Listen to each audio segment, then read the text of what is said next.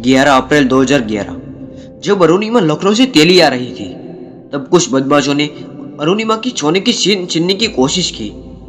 और अरुणिमा सिन्हा ने एक बॉलीवुड चैंपियन थे और अरुणिमा ने उस सोने की चेन देने से इनकार कर दिया। तब वहां 4 से 5 लड़के खड़े थे। उन्होंने अरुणिमा को चलती ट्रेन से बाहर फेंक दिया। ये तो थी पूरी चीज।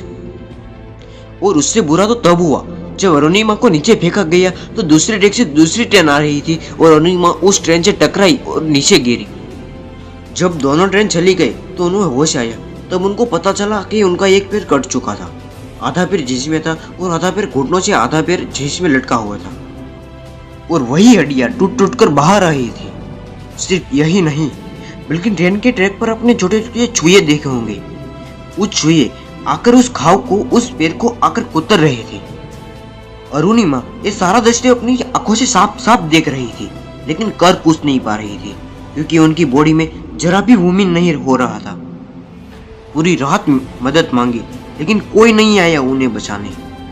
जब सुबह हुई तब कुछ लोगों ने उन्हें हॉस्पिटल ले गए।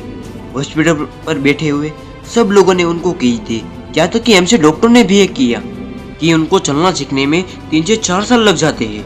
कुछ दिन तक उनका हॉस्पिटल में इलाज चलता रहा। जब उनकी छुट्टी हुई तब वो घर गए। घर जाकर लोग ये सोचते हैं कि आगे की जिंदगी का गुजारा कैसे होगा। अरुणिमा के माइंड में सिर्फ 2 चीजें थी।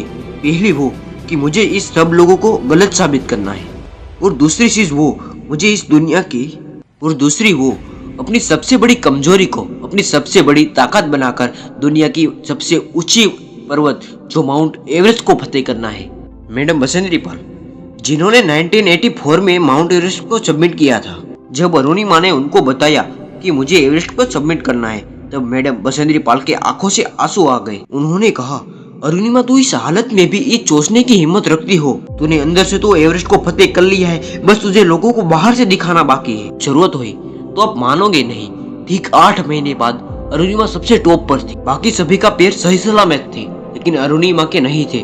उनके बाद भी सबसे पहले पहुंचती है अरुणिमा। 11 अप्रैल 2011 जब उनको चलते ट्रेन से बाहर फेंका गया तो इनसे डॉक्टरों भी एक कहना था कि इनको चलना सीखने में 3 से 4 साल लग जाते हैं। 21 मई 2013 को उस दुनिया की सबसे चोटी पर थी। कैसे लोगों का ये मानना था कि अरुणिमा ने अपने पैरों से क्लाइंब किया, लेकिन अरुणिमा का एक कहना है कि अपने गोल्स को अपने पैरों से क्लाइंब नहीं किया। उन्होंने अपने गोल को, अपने मिशन को अपने पूरे दिल और दिमाग से क्लाइंब किया। और जब अरुणिमा रात को क्लाइंब कर रही थी, जो कि रात को बहुत नॉर्मल होता है, इसीलिए क्लाइंब करना थोड़ा आसान रहता है। जब वो रात को क्लाइंब कर रही थी तो उनकी आंखें फटी की फटी रह गई। अंधेरे में जहाँ भी उनकी हेडलाइट पड़ती थी वहाँ लाशें पड़ी थी।